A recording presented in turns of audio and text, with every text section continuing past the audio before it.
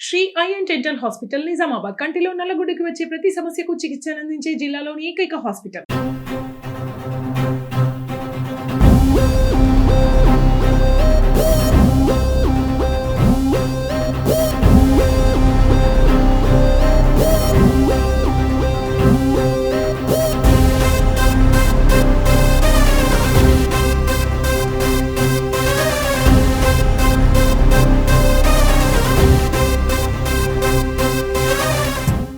Doctor B Babasaheb Ambedkar అధ్యక్షతన committee ఏర్పాటు చేసి గత 2 సంవత్సరాలు 11 నెలల 18 రోజుల పాటు 308 మంది సభ్యులు విపులంగా చర్చించి సవరణలు చేసి అతిపెద్ద ప్రజాస్వామ్యం భారత రాజ్యాంగాన్ని రూపొందించడం జరిగింది.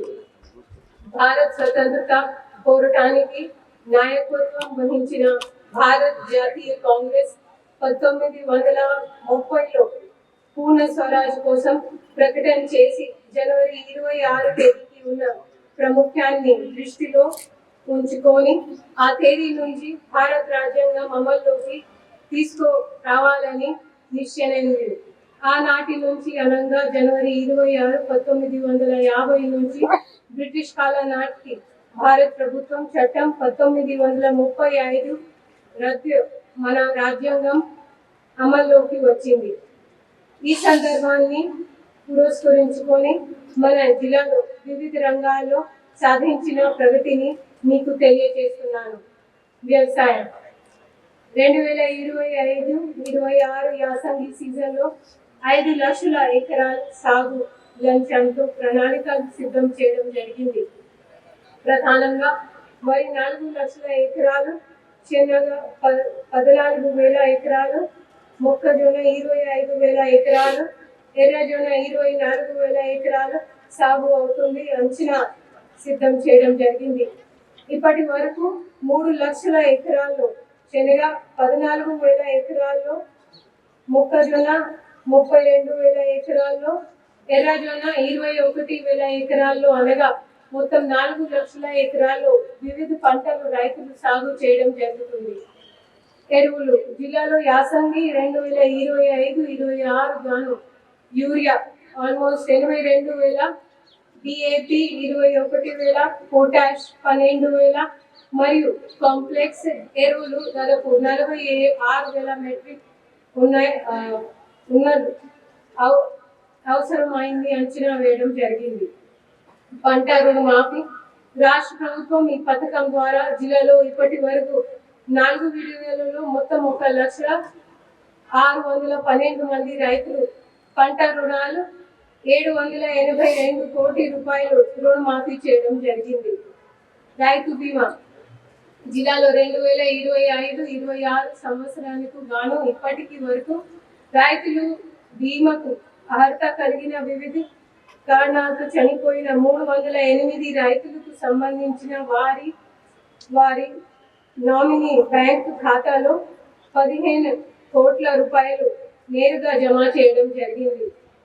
రైతు భరోసా ఈ పథకంలో భాగంగా వ్యవసాయ యోగ్యమైన భూములను ఎకరాల సీజన్కి 6,000 రూపాయలు చొప్పున సంవత్సరానికి 12,000 రూపాయలు రైతులు బ్యాంకు ఖాతాలో నేరుగా జమ చేయడం జరిగింది.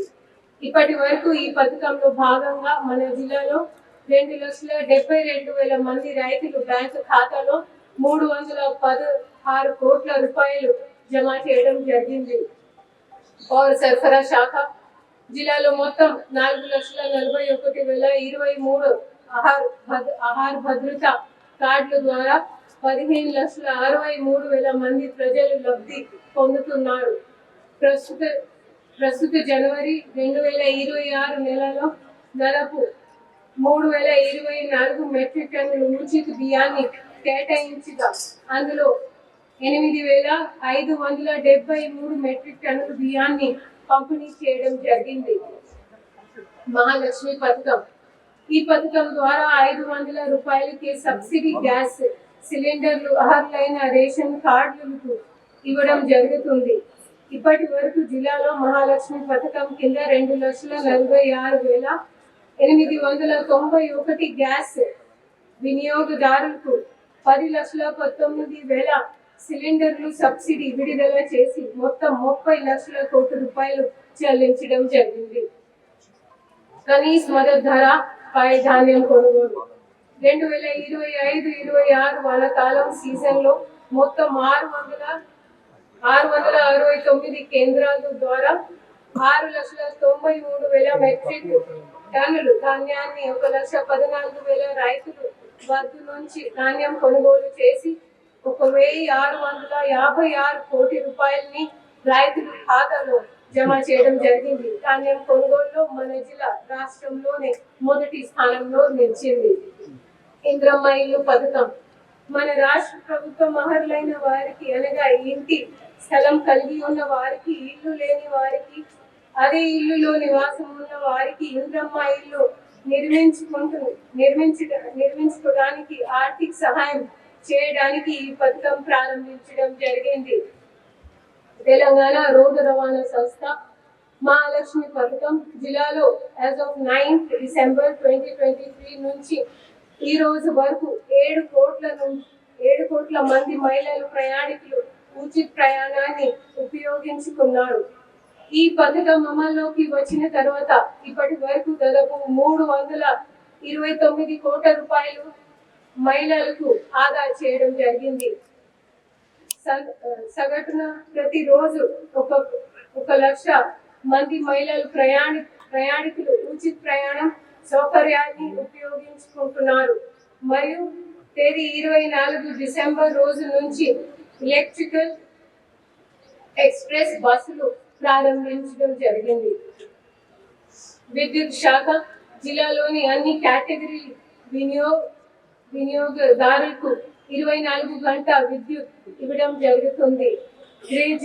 గృహజ్యోతి పథకం నుండి 200 యూనిట్ లోపు విద్యుత్ వినియోగించి వారికి ప్రభుత్వం ఉచితంగా విద్యుత్ సరఫరా చేయడం జరుగుతుంది. జిల్లాలో ఇప్పటి వరకు 2,89,000 కుటుంబాలకు ప్రతి నెల 0 బిల్లులు జారీ చేయడం జరుగుతుంది. ఈ పథకం కింద ఇప్పటి వరకు ప్రభుత్వం 219 కోట్ల రూపాయలు సబ్సిడీని అందజేసింది. అలాగే నాయ బ్రాహ్మణ్ మరియు రజాకార్ వృత్తులకు ఉన్న 3,023 మంది లబ్ధిదారులకు 250 యూనిట్ల వరకు ఉచిత విద్యుత్తును అందించడం జరుగుతుంది. జిల్లా గ్రామీణ అభివృద్ధి సంస్థ చేయూత పెన్షన్ జిల్లాలో ఇప్పటి వరకు 2,66,000 మంది వివిధ రకాల పెన్షన్లకు ప్రతి నెల 57 కోట్ల రూపాయలను పంపిణీ చేయడం జరుగుతుంది. స్త్రీ నిధి 2025-26 సంవత్సరంలో 5,678 సంఘాలకు 182 కోట్ల రూపాయలు శ్రీనిధి బ్యాంక్ ద్వారా రుణాలు మంజూరు చేయడం జరిగింది. బ్యాంక్ లింకేజ్ 2025-26 సంవత్సరంలో 19,970 సంఘాలకు 1,228 కోట్ల రూపాయలు లక్ష్యంగా నిర్దేశించుకోగా ఇప్పటి వరకు 12,700 సంఘాలకు గాను 1,109 కోట్ల రూపాయలు రుణాలు బ్యాంకు లింకేజ్ ద్వారా అందించడం జరిగింది. వడ్డీ రాయితీ 2024-25 సంవత్సరాల్లో ఏప్రిల్ 2024 నుంచి జనవరి 2025 నెల వరకు 40,200 సంఘాలకు 44 కోట్ల రూపాయలు విడుదల చేయడం జరిగింది. పట్టణ పేదరిక నిర్మూలన సంస్థ 2025-26 ఆర్థిక సంవత్సరాల్లో 1,699 సంఘాలకు 200 కోట్ల రూపాయలు లక్ష్యం కాగా బ్యాంకు లింకేజ్ చేయటం జరిగింది. పట్టణ సాయం ఉపాధి పథకం ద్వారా 58 యూనిట్లకు 35 లక్షల రూపాయలు రుణాలు మంజూరు చేయబడింది. మహాత్మా గాంధీ జాతీయ గ్రామీణ ఉపాధి హామీ పథకం కింద 2025-26 ఆర్థిక సంవత్సరంలో ఇప్పటి వరకు 85,000 కుటుంబాల్లోని 1,17,000 కూలీలకు 16 లక్షల పని దినాలు కల్పించి 40,000 కోట్ల రూపాయలు కూలీలు ఖాతాలో జమ చేయడం జరిగింది. సరాసరి వేతనం రోజులుగా 251 రూపాయలు 93 పైసలు చెల్లించి ప్రతి కుటుంబానికి 22 రోజులు పని కల్పించడం జరిగింది. ఉద్యాన్ మరియు పట్టు పరిశ్రమ శాఖ 2025 ఆర్థిక సంవత్సరం గాను జిల్లాలో 3000 ఎకరాల ఆయిల్ పామ్ తోటలు సాగు చేయడం మరియు బిందు సేద్యం ఏర్పాటు చేయడం లక్ష్యాన్ని నిర్ణయించింది. ఇందులో భాగంగా నేటి వరకు ఒక 1400 ఎకరాల్లో సంబంధించిన ఎంపిక చేయబడిన 586 రైతుల పేరు పరిపాలన ఆమోదం పొందింది. కాగా నేటి వరకు 536 ఎకరాల్లో ఆయిల్ పామ్ మొక్కలను రైతులు తోటలతో నాటడం జరిగింది మరియు దీనికి గాను 450 ఎకరాల్లో బిందు సేద్య పరికరాలను కూడా అమర్చడం జరిగింది. మత్స్య శాఖ ప్రస్తుతం జిల్లాలోని మొత్తం 400 మత్స్య పారిశ్రామిక సహకార సంఘాలలో ఒక 24,090 మంది సభ్యులు కలరు.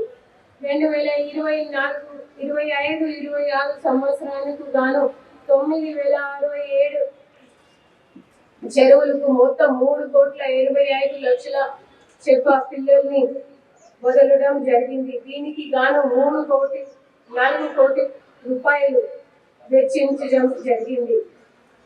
పశు వైద్య మరియు పశు సంవర్ధక శాఖ పశు ఆరోగ్య పరీక్షలకు భాగంగా పశువులకు గాలి కుంటు వ్యాధి సోకకుండా జిల్లాలో 1,83,000 పశువులకు ఉచితంగా టీకాలు వేయడం జరిగింది.